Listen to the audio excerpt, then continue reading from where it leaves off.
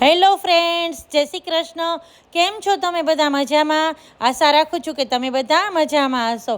ઉનાળો એટલે કે ગરમીની સિઝન આવે એટલે આપણે સાફ સફાઈ, જેમ કે ઘઉં વાવવા માંડે, વેફર્સની સિઝન, મસાલાની સિઝન, અથાણા, આ બધું ઉનાળામાં જ કરવાનું હોય. હવે જો મેં ઘઉં લઈ લીધા હતા સાફ કરવા માટે, કારણ કે ઘઉં બહુ દિવસથી આવી ગયા હતા ઘરે અને મારો પગ દુખતો હતો એટલે કરતી નહોતી, એટલે 2 દિવસથી ચાલુ કર્યા છે ઘઉં સાફ કરવાનું. હવે ધીમે ધીમે 2-3 દિવસમાં થઈ જશે. હવે ગાર્ડનમાં ફુદીનો છે તો ગુડુને કીધું તું ફુદીનો તોડી લે, એટલે એને ફુદીનો તોડવા મોકલી છે. જો અમારા ગાર્ડનમાં બહુ સરસ ફુદીનો થાય છે અને ઉનાળાની સિઝનમાં ફુદીનો પેટ માટે બહુ જ સારો. તો ફુદીનાને સરસ ધોઈ લીધો છે અને ગરમ હોય એટલે વહેલો તોડી લીધો છે સાંજ માટે. અને સાંજે બનાવવું છે મિન્ટ મોકટેલ.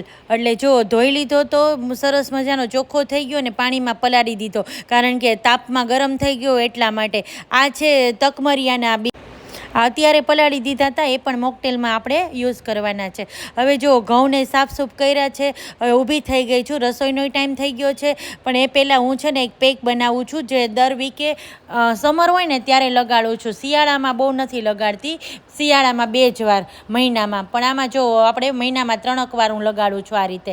તો ચણાનો લોટ લઈ લીધો છે, એની અંદર મેં સૂકા આપણે જે સંતરાની છાલ હોય ને એનો પાવડર બનાવ્યો હતો, તો એ નાખ્યો છે 1 ચમચી ભરીને.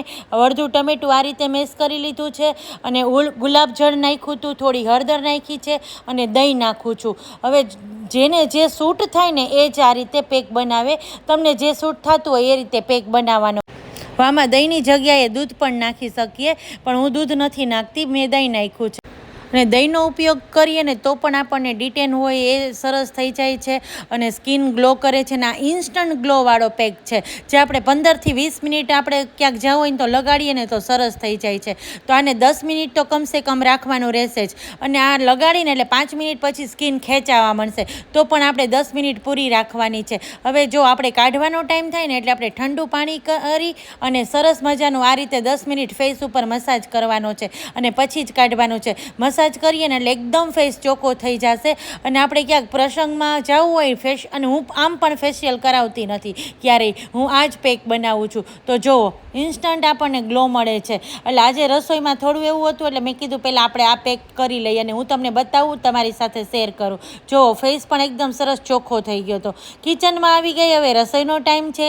હમણાં દીવાબત્તીનો ટાઈમ પણ થઈ ગયો છે. તો સાથે હું પહેલાં 2 બટેટા બાફવા મૂકું છું, કારણ કે આજે છે ને બોમ્બે સ્ટાઇલ સેન્ડવિચ બનાવી છે આપણે.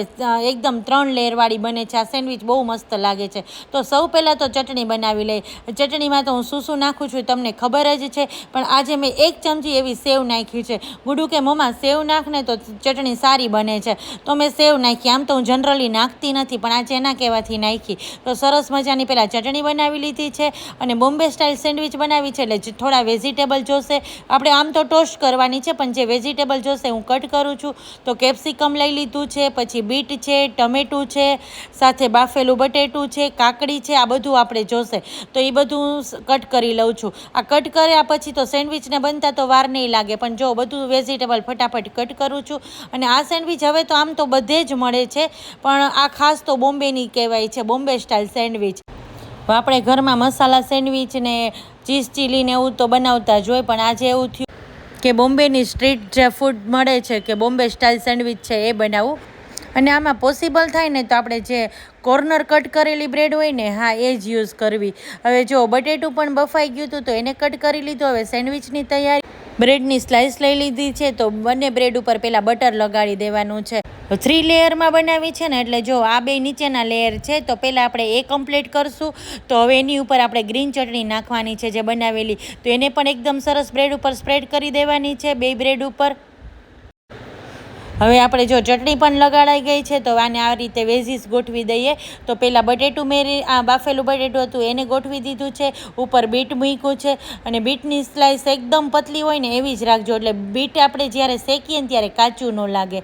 હવે એની ઉપર બીજી બ્રેડ મૂકી દીધી છે, એની ઉપર કેપ્સિકમ ને ટમેટું મૂક્યું છે. હવે એની ઉપર આપણે કાકડી મૂકશું. હવે આની ઉપર આપણે મસાલો છાંટવાનો છે. આ મસાલો છે ને બજારમાં મળી રહે છે, વેજીટેબલ સેન્ડવિચનો જ મસાલો આવે છે, એ છે મારી પાસે. હવે એની ઉપર ચીઝ નાખી દીધું છે અને બ્રેડ મૂકી દીધી છે. હવે મેં છે ને આજે ટોસ્ટર કે કાંઈ નથી લીધું, આની ઉપર એટલે કે તવા ઉપર હું શેકું છું. આ રીતે આ સેન્ડવિચ બહુ સરસ લાગે છે. તો તવો લઈ લીધો છે, એમાં થોડું એવું બટર નાખ્યું છે અને એકદમ પુલટાવીને થોડું આપણે ડીશથી પ્રેસ કરીને સરસ સેન્ડવિચ બને છે. એટલે ક્રિસ્પી એ સરસ થાય છે, અંદરના વેજીસનો ટેસ્ટ પણ બહુ જ સરસ આવે છે આ રીતે. હવે જો એ થઈ ગઈ છે એક સેન્ડવિચ, બીજી સેન્ડવિચની તૈયારી કરું છું. તો 1 બાય 1 બધી સેન્ડવિચો ઉતારવા માંડી છું.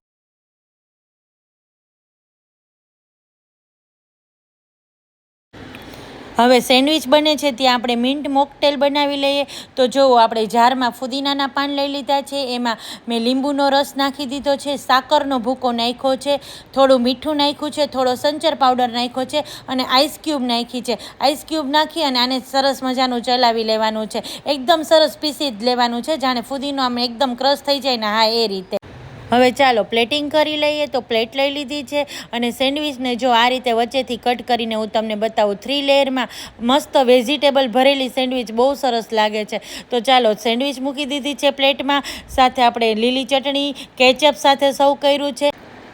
ઉપરથી થોડું ચીઝ નાખી દઈએ અને આ બોમ્બે સ્ટાઇલ સેન્ડવિચ હોય ને એમાં થોડી એવી લોકો સેવ નાખે છે. તો ઝીણી સેવ આપણે જે ચણાના લોટની આવે ને, હા એ જ છે, તો એ નાખી છે અને એ નાખજો, બહુ સરસ લાગે છે. હવે ગ્લાસ લઈ લીધા છે, એમાં આઈસ ક્યુબ નાખી દીધી છે, જે આપણે ફુદીનોની બધું ક્રશ કર્યું એ નાખી દેવાનું છે. અને આમાં મેં 1 ચમચી, બંનેમાં 1 ચમચી તકમરિયા નાખી દીધા છે, જે પલળી ગયા હતા એ જ, અને સાથે નાખી છે સ્પ્રાઇટ. તો મિન્ટ મોકટેલ તૈયાર છે. અને ગરમીની સિઝનમાં ફુદીનો તો પેટને બહુ ઠંડક આપે, સાથે તકમરિયા પણ એટલી ઠંડક આપે છે. તો આવી હતી ડિનર થાળી. તમે પણ આ રીતે એકવાર જરૂર ટ્રાય કરજો.